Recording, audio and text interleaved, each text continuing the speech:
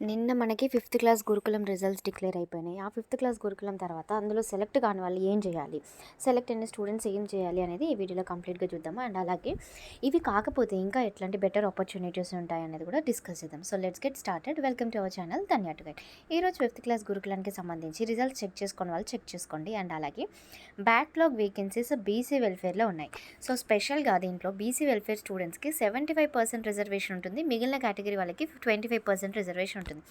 Admissions for backlog vacancies కానీ కనిపిస్తుంది కదా, ఆ ఇమేజ్ పైన ట్యాప్ చేయండి. సో దట్ మీకు ఏంటంటే ఆ నోటిఫికేషన్ అనేది ఓపెన్ అవుతుంది. ఒకసారి నేను చూపిస్తాను. గూగుల్లోకి వెళ్ళి TSMGBC అని టైప్ చేయండి. టైప్ చేసిన వెంటనే మీకు ఇట్లా బీసీ వెల్ఫేర్ లింక్ అయితే ఓపెన్ అవుతుంది. దీంట్లో present admissions for backlog vacancies అని కనిపిస్తుంది కదా, మీరు కొంచెం కిందికి కనుక స్క్రోల్ చేస్తే ఇక్కడ చూడండి, admissions open into 6th, 7th, 8th and 9th for the academic year of 2025-26. So నేను ప్రజెంట్ 5th క్లాస్ చదువుతున్నా. 5th క్లాస్ స్టూడెంట్స్ని 6th క్లాస్కి వెళ్ళడానికి నోటిఫికేషన్, అలాగే 6th చదువుతున్న వాళ్ళు 7th, 7th వాళ్ళు 8th వెళ్ళడానికి, 8th వాళ్ళు 9th వెళ్ళడానికి నోటిఫికేషన్ రిలీజ్ అయింది. Click here to submit your online application అని కనిపిస్తుంది కదా, దాని మీద ట్యాప్ చేయండి. జస్ట్ క్లిక్ చేయాలి. నేను ఇదంతా చూపించేది కూడా మొబైల్లోనే, ల్యాప్టాప్లో అయితే కాదు. సో మనం వెయిట్ చేద్దాం లింక్ ఓపెన్ అవ్వడానికి. ఇట్లా ఓపెన్ అయిపోయిన తర్వాత మనకి online application and submit your application అని 2 కనిపిస్తాయి. ఓకే, సో ఇక్కడ చూడండి, application start March 6th start అయింది and last date April 6th వరకు. ఇది డేట్ ఎక్స్టెండ్ అవుతుంది.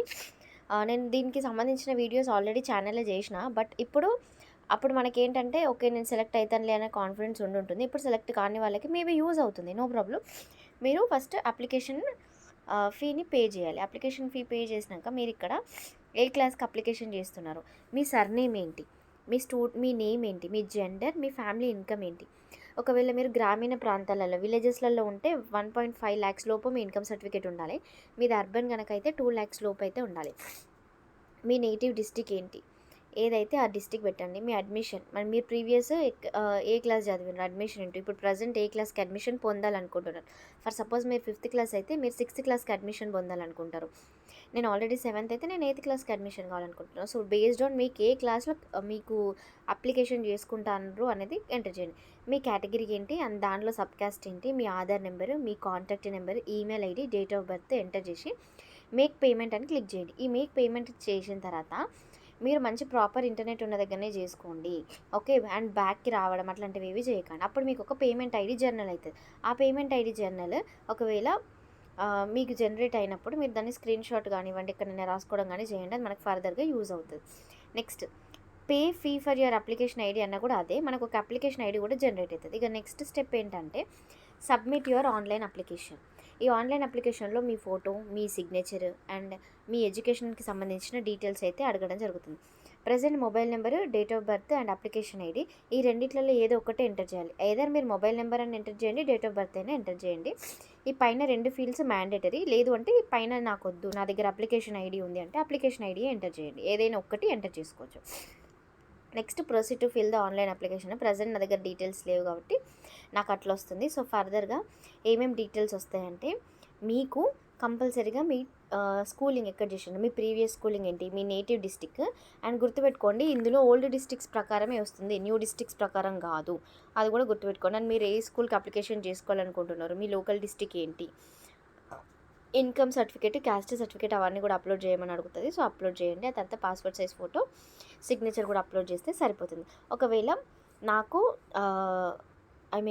మీ దగ్గర పేమెంట్ ఐడి జర్నల్ కానివ్వండి, అప్లికేషన్ ఐడి కానీ లేదు అంటే మీరు ఇక్కడ రేజ్ ఏ టికెట్ అని ఉంది కదా, సో అప్పుడు మీరు కంప్లైంట్ అయితే రేజ్ చేయొచ్చు. అండ్ ఆ టికెట్ యొక్క స్టేటస్ కూడా తెలుసుకోవచ్చు. నెక్స్ట్ దాన్ని ఎట్లా అప్లై చేయాలి, అసలు ఆ కంప్లైంట్ ఎట్లా రేజ్ చేయాలి అనేది కూడా ఇక్కడ వీళ్ళు మెన్షన్ చేసిండ్రు. సో అదొకసారి చూడండి.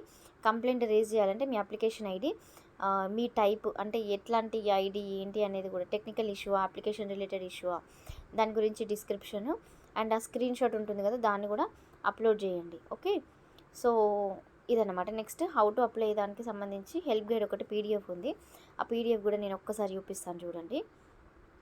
సో ఇప్పుడు మహాత్మా గాంధీ జ్యోతిబా పులేకి సంబంధించి బీసీ వెల్ఫేర్లో స్టూడెంట్ నేమ్, సర్ నేమ్ దగ్గర డీటెయిల్స్ చూడండి. Below 2 lakhs, Hanamkonda, 7th class, BCA, Dasari.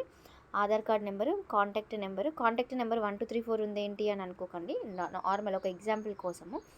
Mail ID and email ID పెట్టిన తర్వాత మీకు ఈ విధంగా జనరేట్ అవుతుంది. ఓకే, సో జనరేట్ అయిపోయిన తర్వాత మీరు దాన్ని ఏం చేస్తారంటే ఇక్కడ చూడండి, ఒక అప్లికేషన్ ఐడి జనరేట్ అయింది కదా, అప్లికేషన్ ఐడిని సేఫ్గా పెట్టుకోండి. ఇప్పుడు అప్లికేషన్ ఐడి మనకి నెక్స్ట్ ఫర్దర్గా యూజ్ అవుతుంది.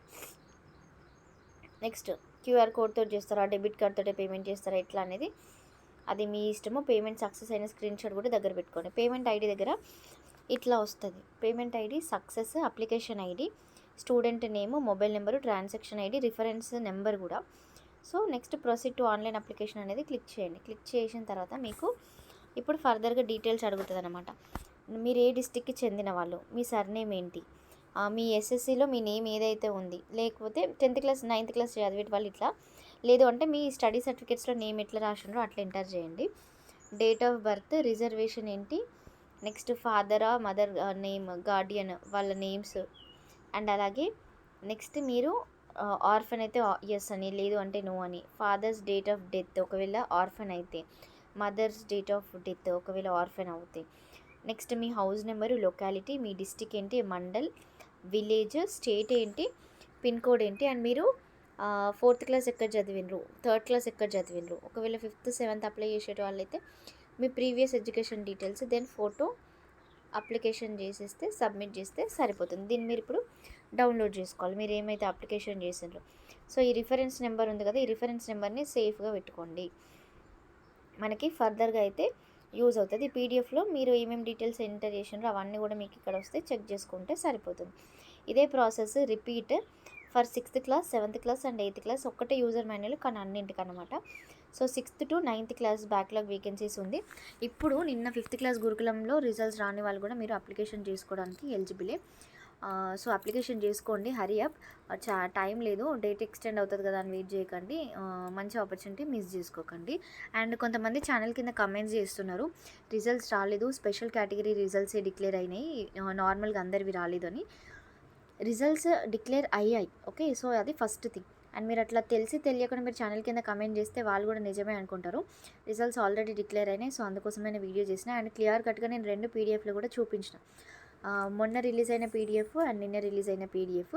అంతకుముందు ఒక స్పెషల్ కేటగిరీ పీడిఎఫ్ కూడా చెప్పాను, అసలు స్పెషల్ కేటగిరీ అంటే ఏంటి కూడా చెప్పాను.